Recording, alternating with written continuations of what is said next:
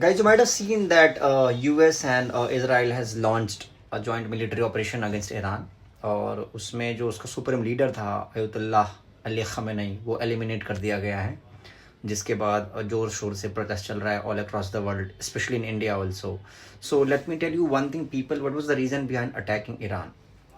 तो reason attack करने का यही था कि ईरान एक न्यूक्लियर नेशन होने वाला था.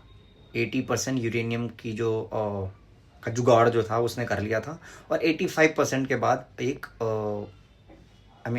जो न्यूक्लियर वेपन बनाना होता है वो बनना शुरू हो जाता है.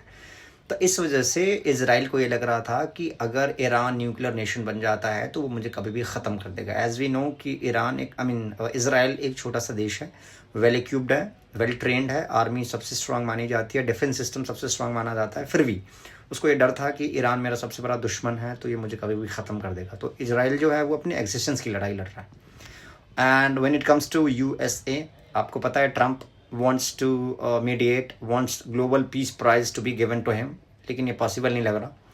एक दूसरे देशों के बीच में लड़ाओ और अपने हथियार सप्लाई करो, हथियार बेचो, बिजनेस बढ़ाओ, रेवेन्यू जनरेट करो. तो ये वाला सीन था. तो ये डोमिनेशन की लड़ाई में उस दोनों ने मिलकर अभी ईरान पे अटैक किया.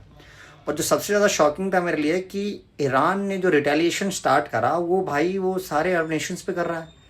ये ब्रदरहुड की बात करते हैं, मुस्लिम ब्रदरहुड की, और इन्होंने अरब नेशंस पे अटैक किया, which was very shocking for me also.